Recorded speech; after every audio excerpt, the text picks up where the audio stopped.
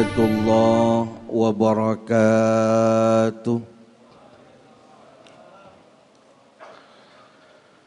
Bismillah walhamdulillah wassalatu wassalamu ala rasulillah Muhammad ibni Abdillah wa ala alihi wa sahbihi wa mawala.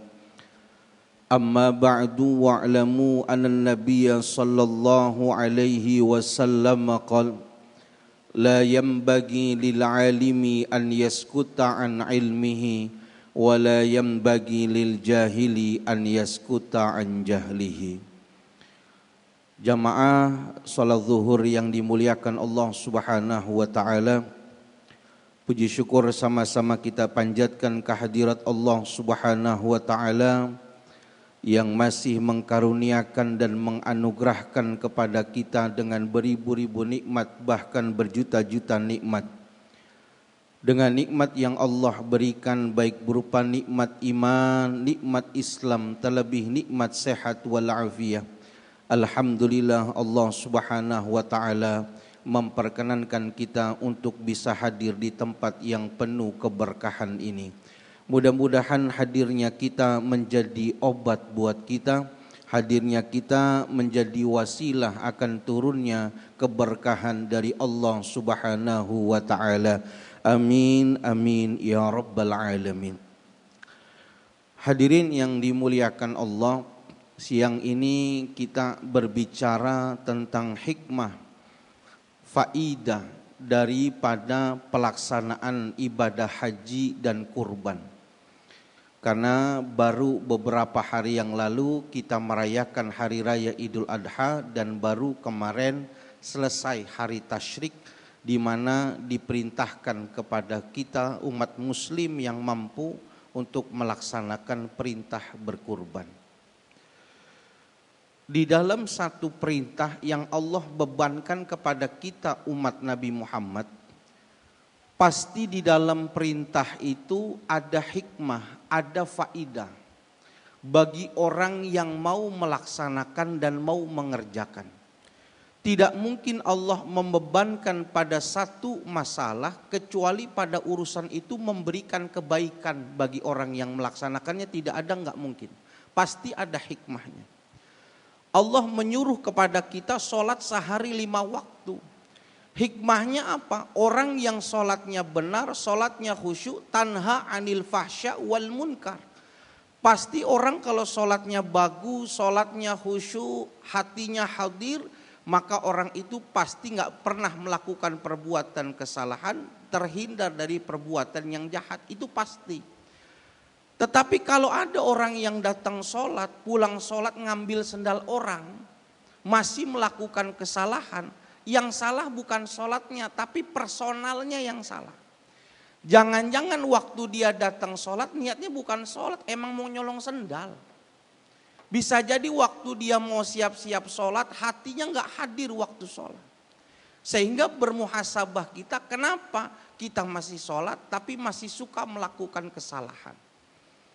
Berarti ada masalah nih, jangan sampai kita meninggal dunia belum bisa mendapatkan kelezatan ibadah sholat. Nah yang bisa jawab kita, sekarang kita udah lezat belum sholatnya? Kalau belum bisa lezat, belum bisa terhindar perbuatan keji dan munkar, kalau saya boleh pesan jangan meninggal dulu. Kenapa? Masih parah sholat kita. Sayyidina Umar ibnul Khattab radhiyallahu an, bahkan saking khusyuknya dalam ibadah, ketika pundak beliau tertancap dengan benda tajam, tertancap oleh busur panah, kata Sayyidina Umar, jangan dicabut busur panahnya. Nanti aja kalau mau dicabut kapan? Waktu saya lagi sholat cabut nih, baru nih cabut. Kenapa? Waktu khusyuk dalam ibadah sholat, benar-benar beliau khusyuk. Dicabut panahnya berdarah-darah, beliau gak terasa sama sekali. Kenapa? Lagi khusyuk sholat sama Allah, menghadap Allah, khusyuknya luar biasa. Kita lagi sholat, di kaki kita ada semut, ada nyamuk, garuk-garuk gak kita? Halo? Jangan kan itu, janda lewat aja kita ngelengos masih, ya kan? Wah janda baru tuh, itu lagi sholat. Masih sempet tengok. Begitu pula ketika Allah syariatkan kepada kita perintah haji dan berkurban, nggak mungkin sia-sia, pasti ada hikmahnya. Pertama, kata ulama, hikmah daripada pelaksanaan haji dan berkurban agar tumbuh di dalam kita ruhut talbiyah. Apa ruhut talbiyah? Semangat di dalam memenuhi panggilan Allah. Orang haji yang sekarang sedang menunaikan ibadah haji dan insya Allah Allah terima amal ibadah hajinya, yang mereka ucapkan waktu talbiyah, labbaik Allahumma labbaik, labbaik la syarika laka labbaik. Itu yang mereka katakan, ya Allah, saya sudah datang memenuhi panggilanmu ya Allah. Tapi ingat, tidak semua orang yang datang mengatakan labbaik dibalas dengan Allah labbaik, enggak. Ada Allah mengatakan la labbaik wala sa'daik, enggak saya terima, ada. Tapi ketika berusaha kita mengatakan labbaik, kita mengatakan ya Allah, saya memenuhi panggilanmu ya Allah. Nah, orang yang sudah haji ataupun orang yang tidak haji, ketika datang Idul Adha dia mau berkurban, diharapkan timbul kepada dirinya untuk semangat memenuhi panggilan Allah. Allah cuma 3 kali manggil kita di dunia, cuma 3 kali. Yang pertama, Allah manggil kita lewat muazzinnya yang disebut dengan azan. Allah manggil kita sehari semalam 5 kali, dan ini panggilan yang paling sering kita dengar. Tetapi karena sering dipanggil, justru semakin santai kita waktu dipanggil. Bahkan ada sebagian umat muslim ketika dengar azan yang keluar istighfar. Astagfirullah, udah sholat lagi aja. Ada nggak yang begitu? Halo, ini baru gini nih kelar masuk kantor, baru mama astagfirullah udah asar aja ya. Tau gitu gue kagak ngaji dah. Astagfirullah, yang astagfirullah kenceng. Padahal itu Allah sedang manggil kita, ayo sini waktunya ibadah. Idza nudiya lis-sholati yaumil jum'ah fas'au ila zikrillah wazarul bai'. Tinggalin. Kerjaan tinggal dulu, sholat dulu. Tidak ada pekerjaan dunia yang bisa mengalahkan daripada mendekatkan diri kepada Allah, enggak ada. Sisihkan dulu kerja-kerja, waktu ibadah. Paling berapa lama sih kita ibadah? Cuma 5 menit kita ibadah sama Allah. Tetapi yang paling parah ketika orang berani ihtiqar lis-shalah. Dia ringankan sholatnya, dia remehkan sholatnya.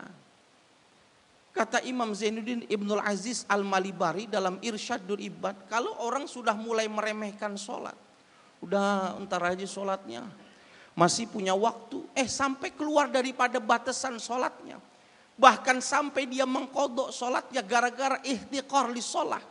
Kata Imam Zainuddin, hati-hati, orang ini diancam minimal 15 siksaan. Dan siksaan paling rendah Allah berikan di dunia apa? Catat nih, orang yang meremehkan sholat pasti meninggalnya su'ul khotimah, pasti kan. Dan tidak ada kecelakaan paling besar seorang hamba ketika meninggal dunia kecuali wafatnya dalam keadaan su'ul khotimah. Kalau kita nggak sempat, jangan sempatin mulut kita, hati kita meremehkan, jangan. Justru waktu nggak bisa sholat jamaah, nggak bisa sholat tepat waktu, hati kita kesel. Hati kita merasa nggak enak. Aduh, waktunya sholat. Bukan justru ihtikar, meremehkan. Ini yang sering terjadi buat kita. Padahal yang menjadi pangkuan awal kita nanti menghadap kepada Tuhan sebelum diperiksa amal-amal yang lain, Allah yang pertama kali diperiksa adalah amal ibadah sholat kita. Kalau sholat kita bagus, maka selamat amal-amal ibadah kita. Tetapi kalau sholat kita tidak bagus, na'udzubillah min zalik, maka sia-sia amal ibadah-ibadah kita yang lain. Ini panggilan yang pertama, yaitu panggilan azan Allah. Panggilan yang kedua, panggilan ibadah haji. Ini sifatnya fleksibel. Kenapa fleksibel? Karena tidak semua orang mendapatkan kewajiban haji dan diperintahkan untuk berangkat ibadah haji. Kenapa? Orang kalau mau berangkat ibadah haji, komponennya harus ada 3. Kalau 3 hal ini tidak ada, maka tidak dia diwajibkan untuk ibadah haji. Apa? Yang pertama, dia mampu dalam hartanya. Dia udah daftar haji. Dia bayar deposit haji 25 juta buat berangkat haji. Dia waktu berangkat tahun ini dia bisnya buat pelunasan dia punya. Buat istrinya dia punya. Buat keluarganya punya. Buat bekalnya punya. Orang ini wajib haji. Yang kedua apa? Mampunya fisik. Kalau orang punya harta tapi fisiknya nggak punya, kemampuannya nggak punya, maka dalam Islam ada yang dikenal disebut dengan badal haji. Jadi badal haji bukan cuma menggantikan ibadah haji buat orang yang meninggal saja, enggak. Ada orangnya masih hidup tapi dibadalkan hajinya ada. Kenapa? Karena dia nggak mampu untuk melaksanakan ibadah haji. Dari kecil hidupnya susah. Anak yatim piatu. Ternyata waktu sudah sepuh, udah umur 60, umur 70, ternyata diteliti-teliti keturunan sultan dia. Tanahnya banyak, hartanya banyak. Maka kena kewajiban atas dirinya melaksanakan ibadah haji. Waktu disuruh berangkat ibadah haji, hartanya ada, tapi fisiknya nggak mampu. Kata dia, Pak, wah saya nggak berani naik ketinggian, naik pesawat nggak berani saya. Jangankan naik pesawat, naik ke Midi Puter aja saya muntah katanya. Maka orang yang seperti ini tetap wajib haji, tapi dibadalkan berangkat ibadah hajinya. Jadi dua orang yang diperintahkan membadalkan haji, pertama yang nggak mampu nih, saya nggak mampu Ustadz, saya tolong dibadalkan hajinya. Kenapa? Saya sakit nggak bisa menunaikan ibadah haji. Maka nanti dibadalkan kepada orang yang orang ini sudah pernah berangkat ibadah haji. Tidak sah membadalkan haji orang lain kecuali orang ini sudah berangkat ibadah haji. Ini yang satu, ibadah haji dibadalkan karena dia nggak mampu. Atau orang kaya yang sepanjang hidupnya belum mau berangkat ibadah haji, kebanyakan alasan. Bapak wajib ibadah haji Pak, harta Bapak banyak, ini Bapak banyak Pak. Ya ntar gampang beres kata dia. Kita udah ingetin terus Pak daftar haji Pak, enggak daftar-daftar.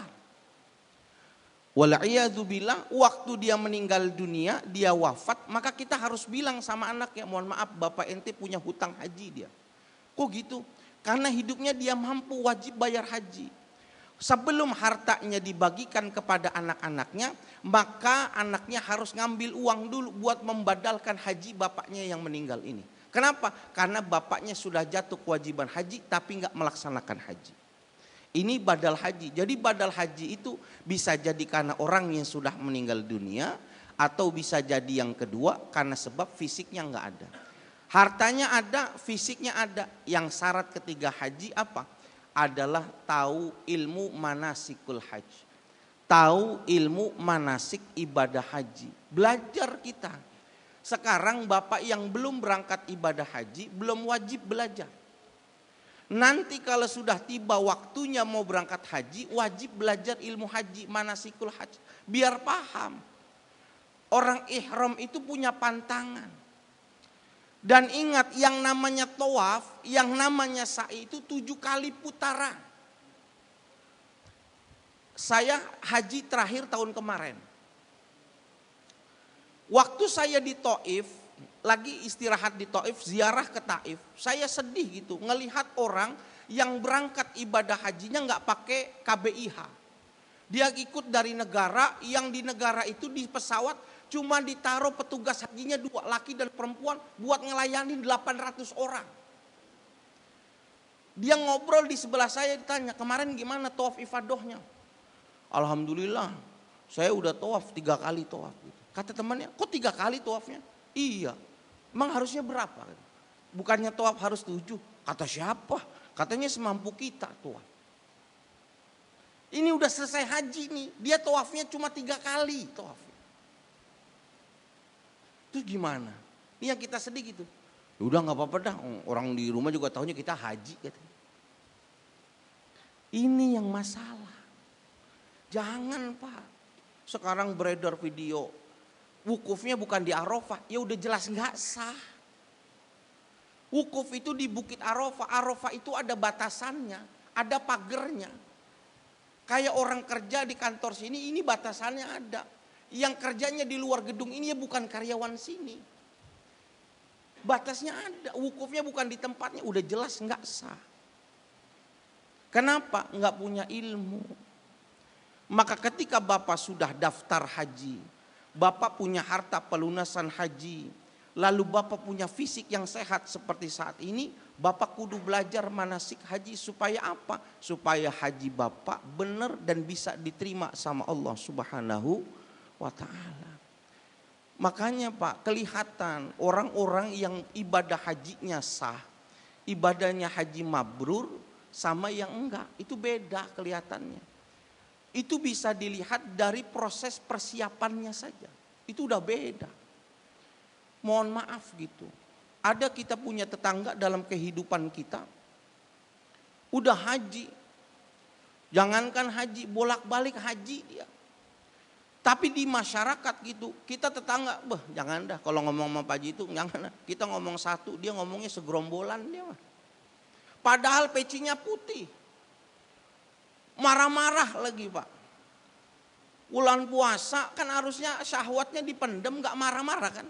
Bulan puasa kan nahan nafsu dia. Datang ke masjid, gedor-gedor pintu dia. Pukul-pukul pintu, dor-dor pintu. Ini kan gak ada pintunya nih. Yang ada pintunya digedor-gedor dia. Mana pengurus masjid ini? Ganggu orang mau ibadah aja, pintu pakai dikunci. Dia bilang gitu. Marah-marah Pak. Padahal bulan, sampai disamperin ke kantor pengurusnya Pak. Ganti pengurus bukannya bagus malah jelek. Kenapa? Pintu jangan dikunci. Nggak dikunci Pak. Pintunya digeser, sama dia didorong, ya nggak kebuka-buka. Dia pintunya digeser, dia dorong-dorong, kebuka apa kagak? Enggak, karena marah-marahnya. Ini bukan berita palsu, ini kenyataan. Itu sampai pengurus tuh, kalau bukan Pak Haji tuh gua keplak katanya. Iya, nah kenapa tuh haji nggak bisa merubah orang itu menjadi baik? Itu pertanyaannya. Makanya orang yang haji itu, kalau hajinya mau sah, ada yang harus dia lakukan 3 hal. Persiapannya qoblal haji, yang kedua indal haji, yang ketiga ba'dal haji. Ini yang penting. Supaya kita berharap haji yang susah kita ini, berusaha kita ini, 1 kali seumur hidup kita, ya Allah benar-benar diterima, ada efek yang baik buat kita. Apa yang dia siapkan qoblal haji? Pertama, saya mohon maaf, mohon ridho. Mudah-mudahan Bapak tidak marah. Saya mohon maaf, mohon ridho.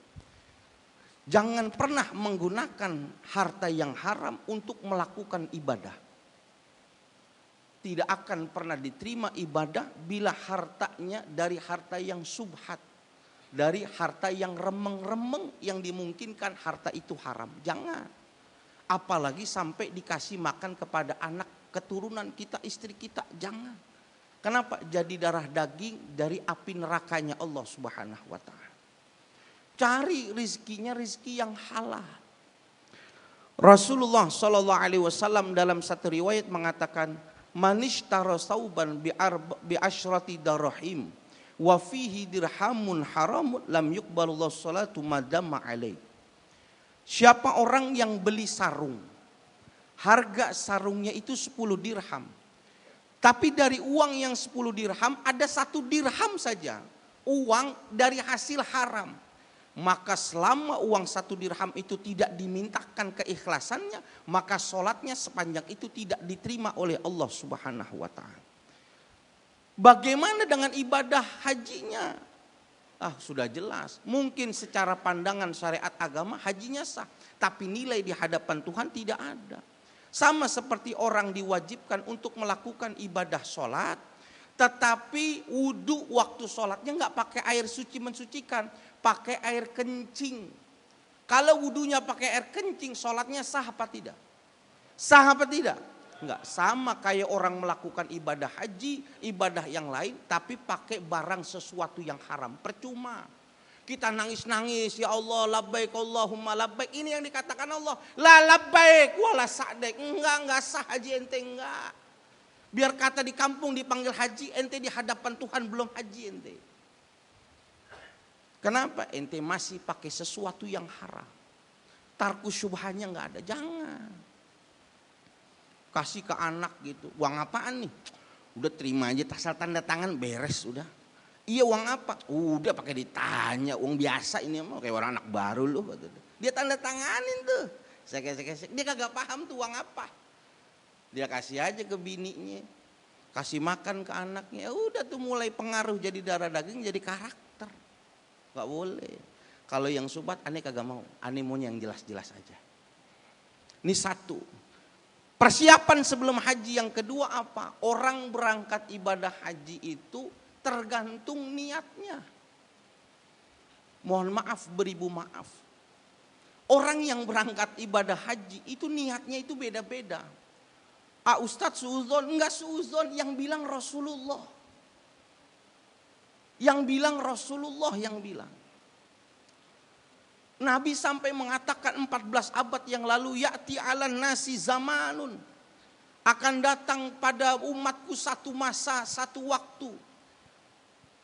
Apa? Yahujju umat, berangkat haji, yahujju aghniya'u ummati linuzha. Yahujju aghniya'u li ummati linuzha. Wa awsatuhum littijarah. Wa qurra'uhum lirriya' was sum'ah. Wa fuqara'uhum lil mas'alah. Akan datang satu masa nanti pada umatku, yahujjul agniya ummati linuzha. Orang kaya umatku, kata Nabi, orang yang hartanya banyak. Mereka berangkat ibadah haji niatnya linuzha, niatnya cuma jalan-jalan doang. Udah ngambek bininya, marah sama suaminya. Yaudah ntar jalan-jalannya ke Mekah Madinah. Kata bininya, kagak mau umroh. Iya, haji kita jalan-jalan belanja emas. Wah, haji itu Pak, kalau kita sa'i itu Sofa Marwah, kalau nengok ke kanan toko emas itu Pak, gede-gede banget itu. Jadi istri kita kalau itu nggak ngelihat Ka'bah, dia ngeliatnya toko emas, gede-gede banget itu. Dia berangkat haji linuzha, jalan-jalan berangkat hajinya. Pulang haji orang masih pakai ini, enggak, dia udah pakai celana lepis, pakai kemeja. Orang niat hajinya buat jalan-jalan. Wa awsatuhum littijarah. Ada orang pertengahan niat hajinya buat dagang. Wah, rokok kan di Mekah mahal itu. Rokok itu 100 real. 101 real itu 3.200. Berarti kalau satu bungkus itu 320.000. Rokok apaan 320.000 satu bungkus? Saya kagak ngerokok lagi. Bawa aja dah 10 slop, lumayan. Dagang dia. Yang perempuan bawa tolak angin, bawa antangin. Ntar kalau ada yang batuk pusing nih, saya jual antangin ini 10 real. 10 real 30.000, padahal di sini 3.500. Niat awalnya bener haji, tapi kesempatan. Di sana banyak yang masuk angin ini. Gue jual aja jasa kerokan di sana. Ini nih. Jangan kita dibawain bekal sekarang buat ibadah, di sana manfaatin Pak. Kami punya orang tua bawa duit recehnya yang banyak. Di sana kasih, bagi-bagiin. Doa minta, ya Allah sekarang saya bisa berangkat ke sini ya Allah. Saya pengen ya Allah, saya berharap bantu saya, anak saya, keturunan saya bisa ke sini ya Allah. Jangan ya Allah, jangan jadikan anak keluarga saya orang susah ya Allah. Kita bagi-bagiin harapan kita banyak. Bukan justru sono kita niatnya mau dagang. Penuh amat koper, iya tolak angin, sekoper tolak angin semua. Mau ngapain dagang tolak angin? Jangan. Waktu haji benerin hatinya. Niatnya apa? Mau ibadah karena Allah. Udah. Ada orang minta, kasih. Ini ambil bang, ambil bang. Emang waktunya sedekah di sana. Dilipat gandakan. Wa qurra'uhum lirriya was sum'ah. Ada lagi para kiai, para ulama, ibadah haji tujuannya riya sama sum'ah. Supaya orang tahu, nih saya ustad. Biar ente tahu, aneh yang namanya ke Mekah, ke Madinah, asal kangen dikit aneh udah berangkat aneh mah. Gak kudu nunggu waktu. Kayak kesini ke Cimanggis, enteng buat aneh. Dia selawak, dia vlog ini lihat nih. Ini orang mah kagak bisa nih masuk sini, aneh doang yang bisa. Kebetulan aneh sama Raja King Sultan teman main gundu kata dia. Itu ada Pak. Dan itu yang bikin rusak itu kamera itu sendiri. Yang parah wa fuqara'uhum lil mas'alah. Ada orang yang berangkat ibadah haji, mohon maaf, tujuannya buat minta-minta. Ibadah haji nanti Bapak berangkat. Kalau yang pernah ziarah ke makam Sunan Gunung Jati seperti Ustadz Ridwan lihat itu semua, itu pengemisnya banyak sekali tuh. Nanti di Mekah Madinah itu banyakkan lagi Pak. Dengan modus yang berbeda-beda. Yang perempuan, hati-hati ada perempuan nempel-nempel Indonesia haji minta. Orang negeri, mohon maaf dari sebagian negeri yang ada Somalia, ya negeri-negeri yang kurang baik, yang kehidupannya kurang baik, dia bela-belain pinjem itu. Dia kumpulkan uang, dia berangkat. Dia tahu waktu haji, orang haji datang pada banyak bawa uang bekal. Datang di sana dia ibadah, tapi salah satu tujuannya buat ngemis. Dia ngemis di sana, dia minta. Gitu. Salah satu, entah mungkin pernah ngajar di sini atau tidak. Salah satu kiai di Jakarta yang mimpin salah satu KBH, ada salah satu guru kami itu, Kiai Muhammad Lutfi Zawawi itu pernah cerita. Gitu. Coba tanya gitu, Pak, memang kalau ngemis di Mekah itu berapa dapatnya gitu. Dia cuma bisa bilang gini, Pak Yai gitu, kalau kita ngemis di Mekah dari mulai awal haji sampai jamaah haji pulang, anggaplah 40 sampai 50 hari, ngemisnya 50 hari itu cukup untuk biaya hidup di kampung selama 1 tahun. 1 tahun. Dan di kampung anaknya 13, bininya 3. Aduh lagi. Kita bini 1 aja ngeloncor gitu. Bininya 3. Dengan ngemis 50 hari. Makanya banyak orang di sana itu minta-minta begitu. Kita nggak ada nih. Uang receh kita paling kecil itu 5 real sekarang kan. Nggak ada kita kasih 5 real. Udah 15.000 kali berapa orang. Dia nempelin begitu terus. Kita jangan. Waktu Bapak Ibu tolong bantuin ini ya. Kita bantu tuh, kita kerokin orang yang sakit tuh. Waktu dia mau kasih, kalau bisa jangan terima. Kalau bisa. Tapi kalau hadiah, terima karena hadiah. Tapi jangan jadiin ini. Ayo yang capek nih silakan kerok di kamar 302. Jangan.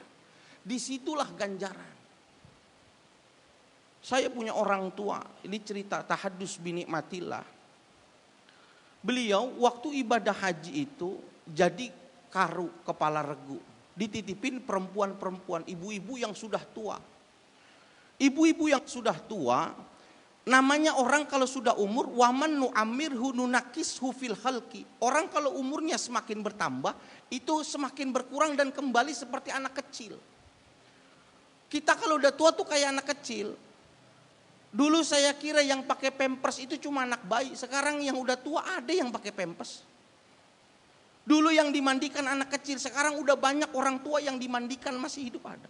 Begitu pula karakter anak kecil, gampang nangis, nanti udah tua kita gampang nangis juga. Anak kecil cerewet, nanti orang tua juga cerewet nanti. Saya punya orang tua itu dititipin, tolong Pak, dorong nih 2 orang ini harus melakukan ibadah tawaf. Tawafnya tawaf wajib, umrohnya umroh wajib. Kursi rodanya 1, tapi yang harus didorong 2. Nggak mungkin dorong pakai 2 kursi roda, enggak. Maka dicari papan Pak, ditaruh papan di atas sini, 2 orang nenek-nenek taruh di atas dua-duanya, dia urus umroh didorong di situ. Dorong gitu. Udah didorong berat 2 orang, ini nenek-nenek yang satu nyeletuk aja lagi. Pak Ustadz cepetan dong, yang lain udah di depan nih, itu dorong itu naik. Perut mules, sakit. Itu tuh kata beliau nih, kalau andainya dorongnya di Cipulir, diceburin itu udah. Didorong berat gitu. Udah, ayo cepetan Ustadz. Yang lain udah dapat 7 putaran, udah istirahat. Beliau masih muter gitu. Dia sabar aja, ya Allah sabar. Pulang dia cerita, nangis sama kita punya keluarga gitu. Alhamdulillah kami punya pondok di Bogor.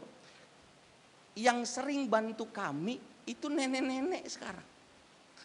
Artinya Allah ganti lelahnya dulu, sekarang nenek-nenek enggak tahu dari mana, kata orang tua saya pengennya ketemu sama dia nih gitu. Sampai datang orang nyari orang tua saya cuma mau ngasih gelang doang. Ini Pak Ustadz, buat Pak Ustadz gelang, padahal enggak kenal sama nih orang siapa. Allah balas kontan di sana. Nah, oleh karena itu benerin niat waktu kita berangkat ibadah haji.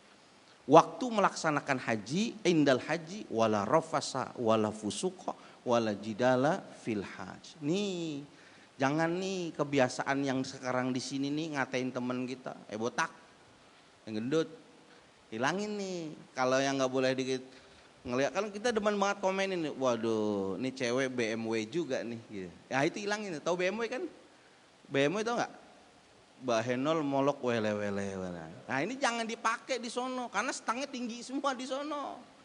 Dibales nanti kita nggak boleh. Jaga mulut kita. Wala jidala, dan jangan jidal.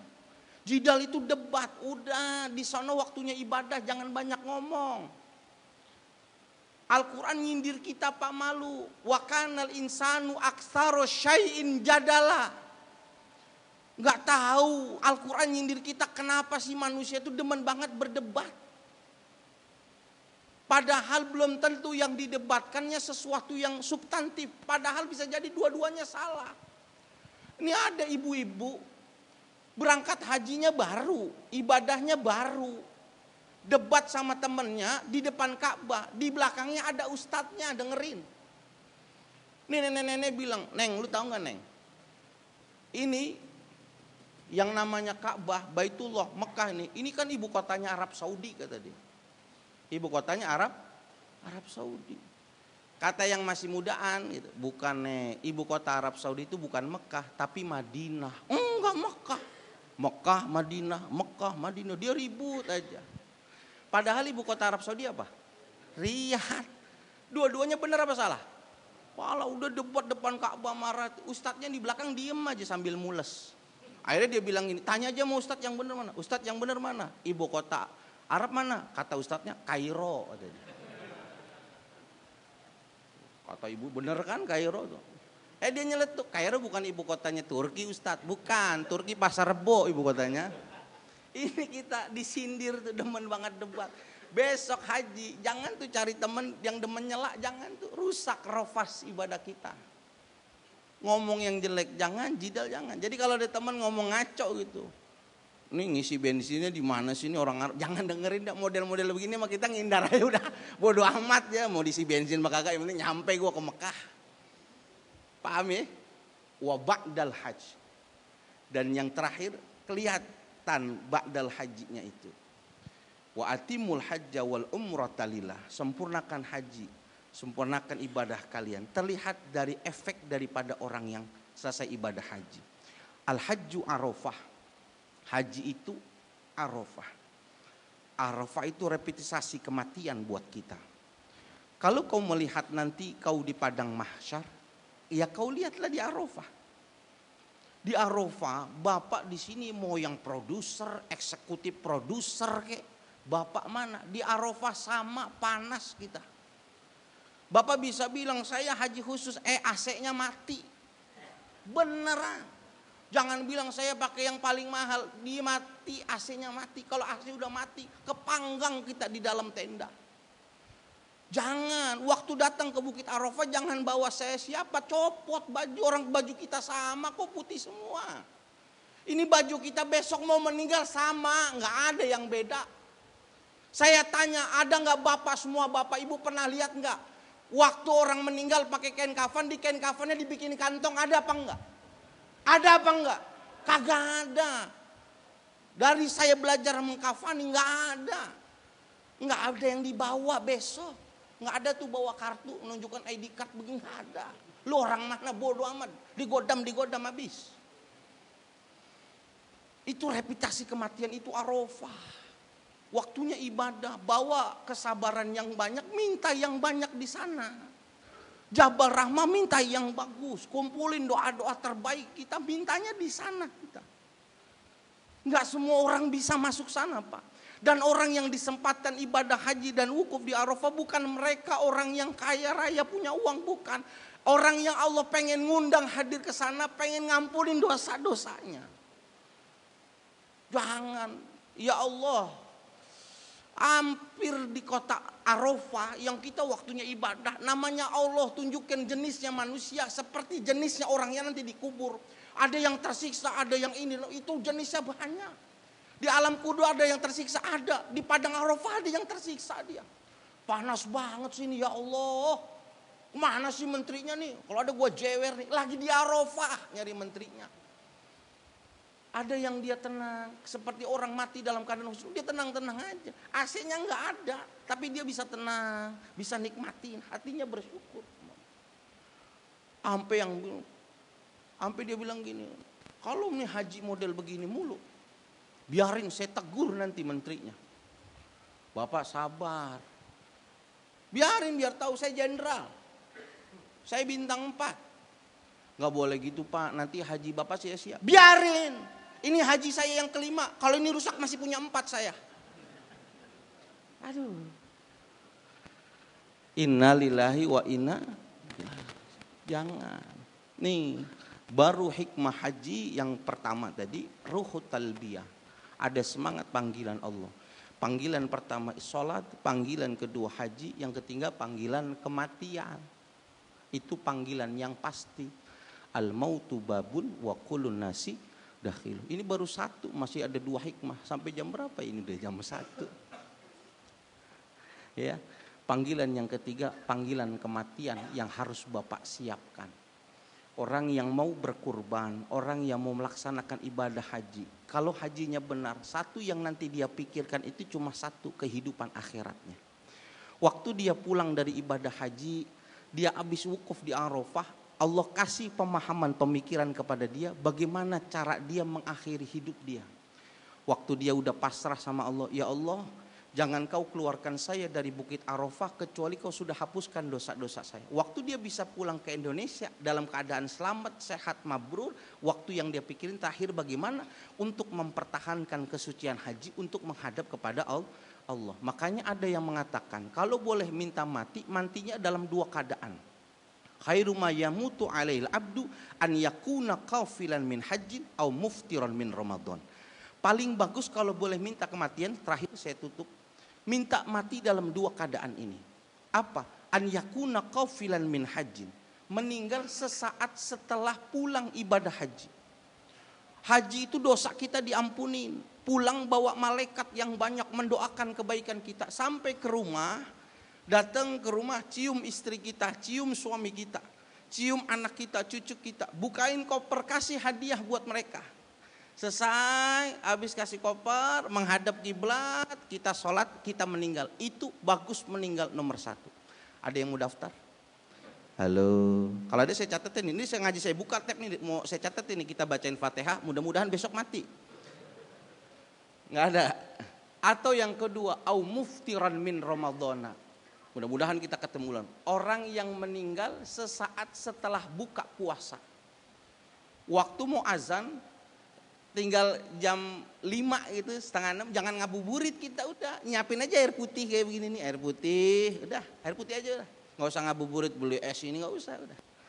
Allahu Akbar, udah minum dia, minum, doa, dia sholat.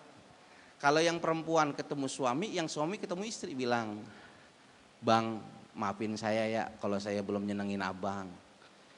Setelah ini terserah dah, abang mau gimana, mau kawin lagi kayak terserah. Lu kenapa Neng? Udah ada Bang Daya. Saya udah yakin saya mau meninggal nih Bang, maafin saya ya. Meninggal tuh celek, husnul khotimah tuh. Mau gak ibu begitu? Ada yang daftar? Apa? Anissa apa siapa tadi namanya? Mau mati. 2 keadaan itu. Nah, kalau bapak ibu belum siap mendaftar di 2 ini, berarti bapak ibu masih takut mati. Orang yang takut mati berarti tandanya belum yakin sama ibadah. Mumpung masih hidup, perbaiki ibadah, maksimalkan waktu dengan sebaik-baiknya. Wallahu a'lam.